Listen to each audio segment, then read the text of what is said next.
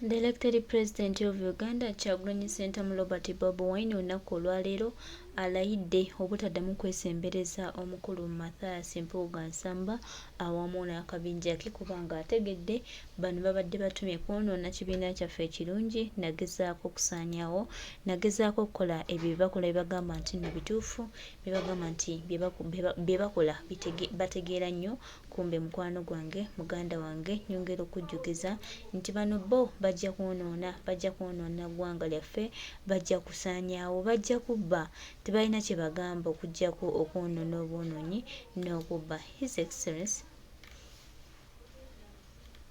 Kyagulanyi Ssentamu Robert Bobi Wine ebigambo olwaleero n'abadde mukaawo era abyogedde nga munyiikiwavu nnyo era nga tubategeeza twongera obajjukiza nti Kyagulanyi Ssentamu Robert Bobi Wine, His Excellency the President of Uganda, si wa bulijjo nga bwe babadde basuubira abo abamu.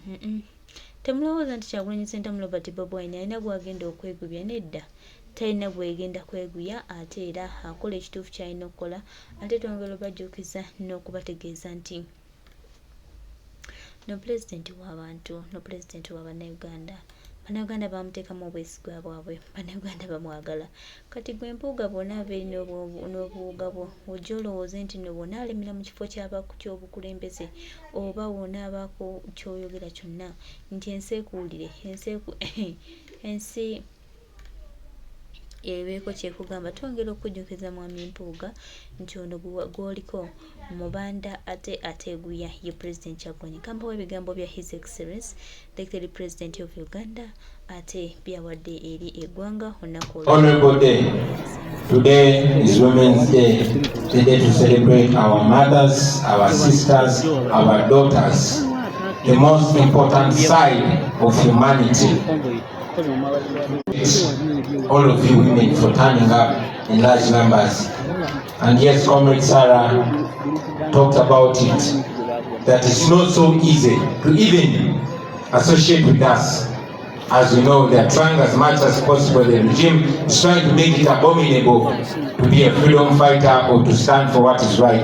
Thank you very much for being bold, for being confident, for turning up and standing with us. We don't take that for granted. We are celebrating Women's Day belatedly, 20 days later. But again, like Madam First Lady mentioned, there's always a spice when women are involved. We are thankful to the Almighty God that we are here today. We as NUP, we believe in women power. We believe in their ability. We believe not only in inclusiveness, but in equal presence. And indeed, it is our thought and firm belief that women should be represented to the level of 50% in every aspect of our party. Yes, because we know, and we've said it many times, that men and women are like two wings of a bird. Men are either the left or right, and women are either the right or left. So when one wing is broken or not as strong as the other, the bird is not going to fly perfectly. So we strongly believe that women should be represented, and indeed we are mounting an idea to have women leaders from at district levels to be direct representatives in the delegates conference.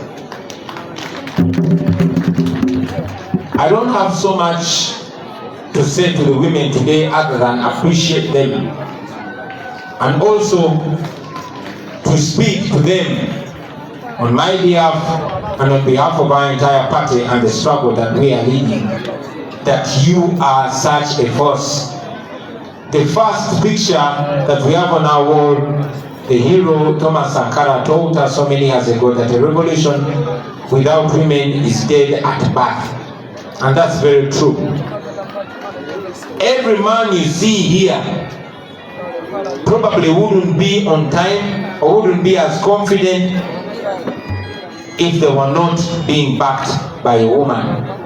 And the gentlemen, you'll agree with me, when you're growing up, you know, before you get a girlfriend, you're not as smart as you are after you get a girlfriend.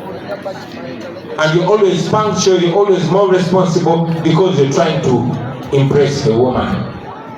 That is how important you are. But still again, you, the women, take the biggest part of the task in the work that we do. And when it's time to suffer, you even suffer much more than the men. So this should speak to you how important you are. We hold you in very high regard. And we don't only believe in, affirmative action in respect for women as something political. We believe in it from the depths of our hearts. And even when we are fronting women, we want to front the best that there is. We don't want to be like Museveni, only picking out fudge of the women.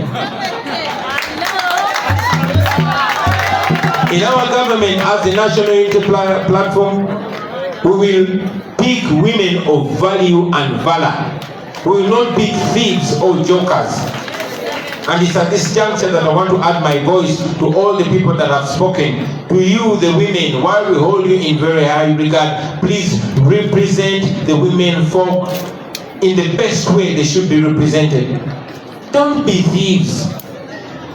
Please don't be like Anita Mong. Don't be like Nabanja. Don't be like Nandutu.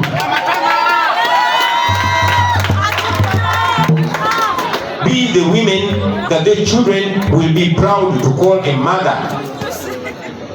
Be a woman that your husband will be proud to call a wife. Be a woman that the nation will be proud of. Finally, ladies and gentlemen, I want again to give my firm confidence to the women. We believe in you, especially you, the women leaders. Have confidence to take on these positions of leadership at every level. Challenge even the men. We shall stand by you. Mwesimbewo muja kuangula wadi muvuganya n'abasajja. Okuluma lumamu ebigambo byange mu Luganda basibo ne bannyabo nsanyuse nnyo. Okubaana olunaku lwaliro nga tujaguza olunaku lw'abamama baffe, bannyinaffe, bawala baffe. Tubeeyimirizaamu nnyo abakyala, tubaagala nnyo, tubawanya ekitiibwa. Mwebale kubaana bavumu na buvumu bujja kutwegatako ku nnaku nga luno. Ne mu mbeera eno ng'amagye ne poliisi bijjuddeeyo, mu mbeera eno nga bataddewo okutya okw'amaanyi okubalowoozesa nti okukwatagana naffe bw'omuntu yenna okukkiriza mbetukkiririzaamu obwenkanya n'amazima n'enfuga ya demokrasi nga babifudde eri obulabe. Mwebale kuba bagumu ne mujja. Tukimanyi nti abakyala muli bagumu. Era ne Mama Winnie Mandela yatugamba nti strike a woman, strike a rock. Bw'okuba ku mukazi abasajja osobola otubba ne tugonda, naye okuba ku mukazi obanga akubye ku lwazi.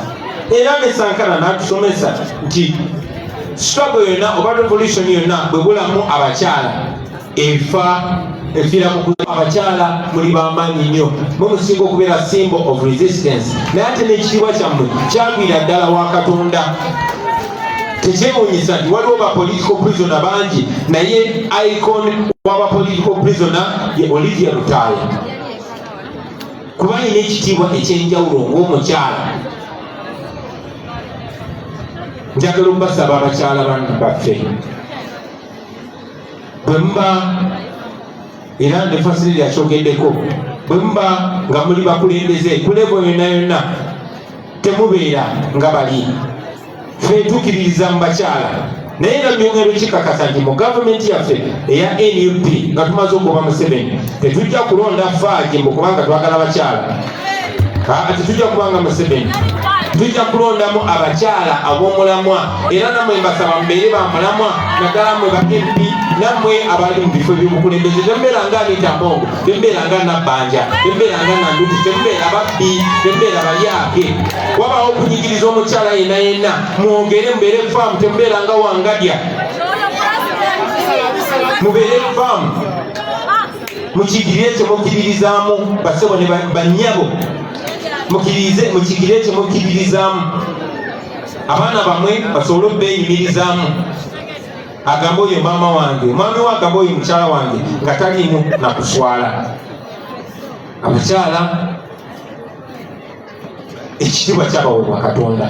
n'obugumu ne bubaweebwa naye ate ebiseera ebisinga mwe musinga n'okubonaabona mu mbeera eno mwe musinga okubonaabona nga waliwo okunyigirizibwa. So twagala mumanye titubaagala nnyo, twagala mumanye titubenyumirizaamu naye okusingira ddala tubalinamu essuubi lingi nnyo nnyo nnyo nnyo nnyo.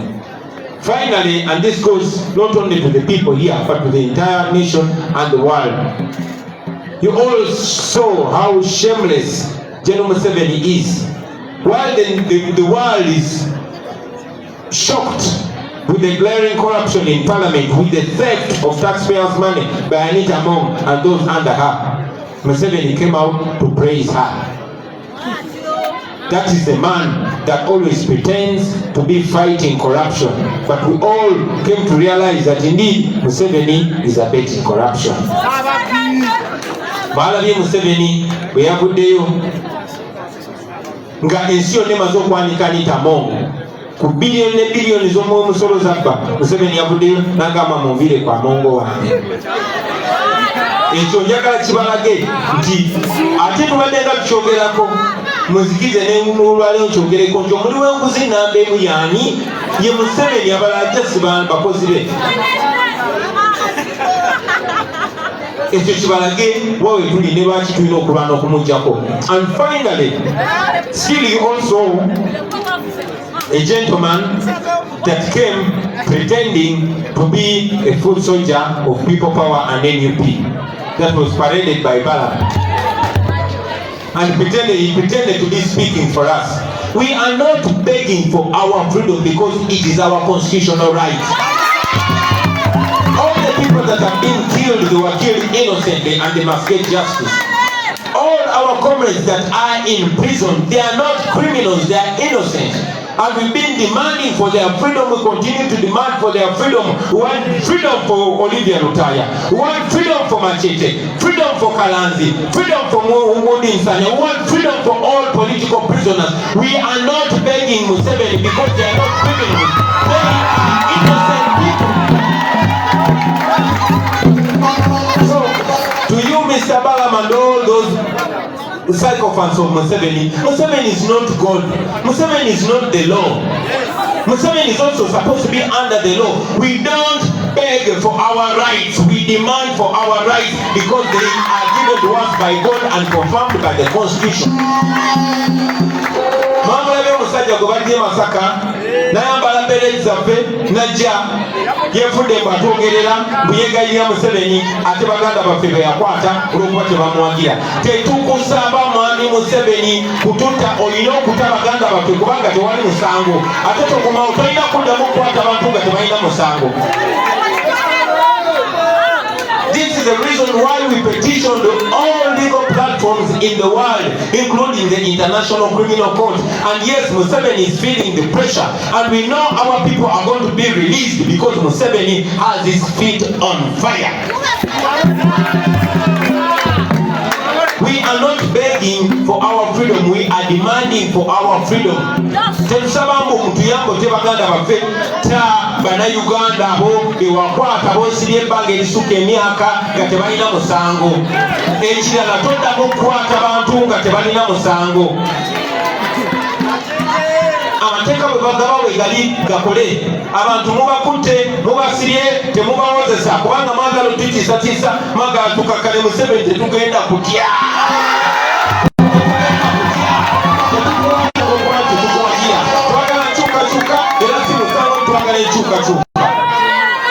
N'olw'ensonga eyo mwami Museveni twamutwala mu makooti ag'ensi yonna olw'ebyo ebikolobero byakola. Era ng'ekimu ku bikolobero kwe kukwata bannansi abatalina musango kubanga tebamuwagidde, n'agamba nti abatadde mu kkomera n'abagulako ebisangosango eby'ekigwagwa. I saw a man putting on a beret, and this is the beret that they said is a military uniform. I wonder why they've not arrested me. I wear this every day. Okutte bannayuganda obasibye makomera nti bazize omusango okwambala enkofiira bweti, ate oleesa omugwagwa ayimiridde mu maaso go ng'ayambadde enkofiira bweti kubanga oyagala okukola. Mwami Museveni alina okumanya nti eno generation ndala nnyo gy'agiringa nayo.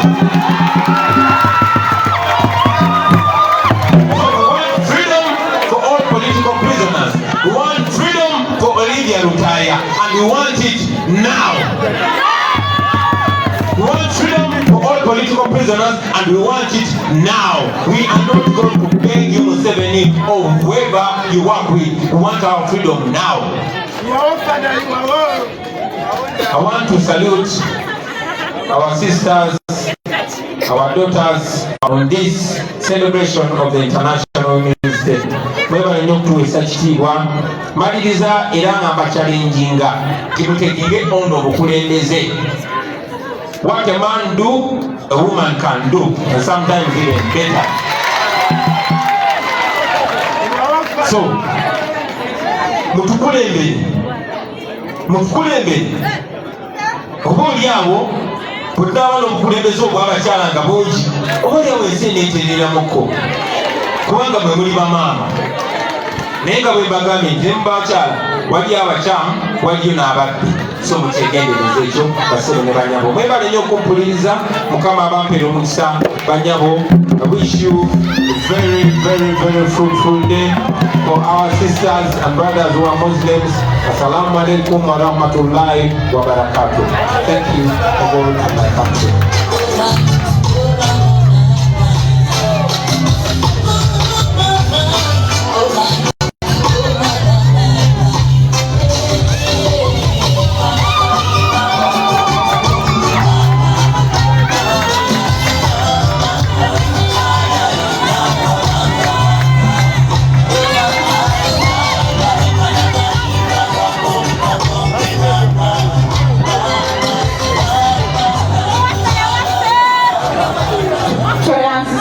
Mr. President, Sanyo, First Lady, Mr. President Sebo, we are proud of you. Ebigambo by'otugambye tusiima neera amazima gali nti teriyinza kudda ku kigambo ky'abeera ayogedde naye alina kyagambye nti no tetusaba abatemu ate nga amazima kyentu tetusaba ne tusaba kintu kimu kyamateeka gakole kuba tebalina musango kikyekyo. N'olwekyo tweyanziza abazze SG, tweyanziza omukulu omwami Lobyange, omwami owange webale kujja, Loopu webale kujja, Chairman Nyanzi tusanyusa okulaba, ab'ebitiibwa mwenna tusanyusa okubalaba, olunaku lw'abakyala ekiddako okubakulya nakusanyuka. N'olwekyo tweyanziza. So tugenda kugalawo with anthems.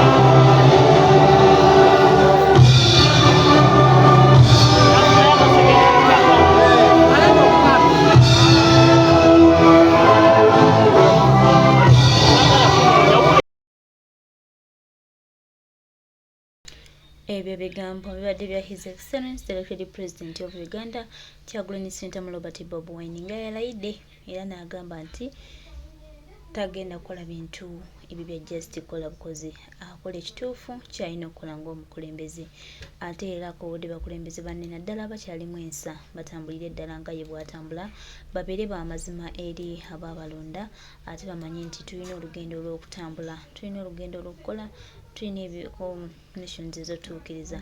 Museveni ye akola kimu diversion akola kimu divide naye tusigale ku mulamwa tujja tuuka gye tulaga naddala eri mmwe abakyayagala tusigale okubeera ku mulamwa abaganda baffe mikwano gyaffe twongera obategeeza nga tubajjukiza tambulire wamu ffenna tunoonya mirembe tunoonya bwenkanya tunoonya tambula bulungi sisa lwaki batutambulira wamu kulaba nga tutwalira ddala eggwanga mukwano gwange muganda wange tutambuze emirimu nga bwe girina otutambula era tubeere ddala b'amaanyi.